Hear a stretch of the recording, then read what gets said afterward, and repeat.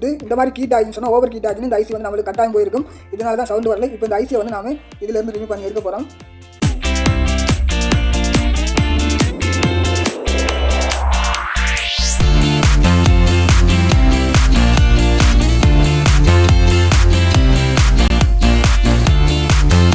பார்த்தீங்கன்னா இந்த மாதிரி நம்ம எல்லாத்தையும் இதிலேருந்து ரிமூவ் பண்ணிவிட்டு ஐசி எடுத்துக்கொள்ளலாம்.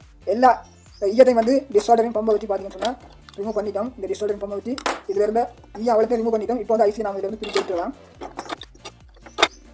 பார்த்தீங்கன்னா இது வந்து இப்போ ஷார்ட்டாக இருக்குது. இப்போ இதிலேருந்து இந்த அடிச்ச ஐசி வந்து நம்ம இதில் ரிமூவ் பண்ணியாச்சு. பார்த்தீங்கன்னா இது இப்போ நான் மாற்ற போகிற புது ஐசி DDA 7057 DDA 7057 AG இலக்கம் போட்டிருக்கு. அதே இலக்கம் தான். பார்த்தீங்கன்னா இது வந்து அம்பிளி பிளேயரோட இருந்து ஷார்ட் ஆகுது. இது வந்து புதுசு. இப்போ இதை மாற்றிக்கொள்ள போகிறோம்.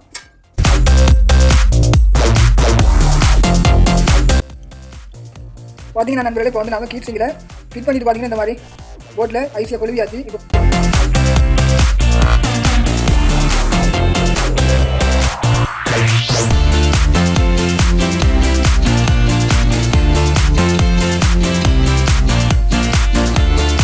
மாற்றிருக்கோம். இப்போ பார்த்தீங்கன்னா இந்த பேஸ் கோலுக்கு தான் இப்போ வந்து நாங்கள் வயர் கனெக்ஷன் கொடுத்துட்டு நாம மாற்றிருக்கிற ஐசியில் வந்து எப்படி சவுண்ட் வருதுன்றதை செக் பண்ணி பார்க்க போகிறோம். வீடியோ பொறுமையாக பாருங்கள்.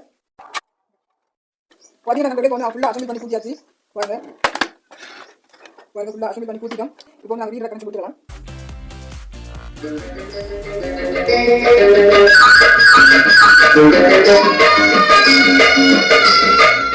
பார்த்தீங்கன்னா நண்பர்களே இப்போ வந்து நீங்கள் இந்த வீடியோ முழுசாக பார்த்துருப்பீங்க. இந்த மாதிரி தான் ஒரு அம்பிளி ஃபயரில் வந்து சவுண்டு ப்ராப்ளம், அதாவது சவுண்டு பழுது வந்துச்சுன்னா இந்த மாதிரி நாங்கள் ஐசியில் வந்து கையை வச்சு பார்த்தோம்னு சொன்னால் ஓவர் ஹீட் ஆகிருந்துச்சுன்னா அந்த ஐசி வந்து நிச்சயமாக வந்து ஷார்ட் ஆகி பழுதாக இருக்கும். இந்த மாதிரி பழுது வந்துச்சு சொன்னால் நாம அதே மாடல் இலக்கத்தில் வந்து நம்ம ஒரு ஐசியை புதுசாக ரீப்ளேஸ் பண்ணிட்டோம்னா, அதாவது சேஞ்ச் பண்ணி மாற்றி சரி பண்ணோம்னா இந்த மாதிரி நம்மளுக்கு சவுண்டு வந்து மறுபடியும் நல்லா கேட்கக்கூடிய மாதிரி இருக்கும். நல்ல நண்பர்களே,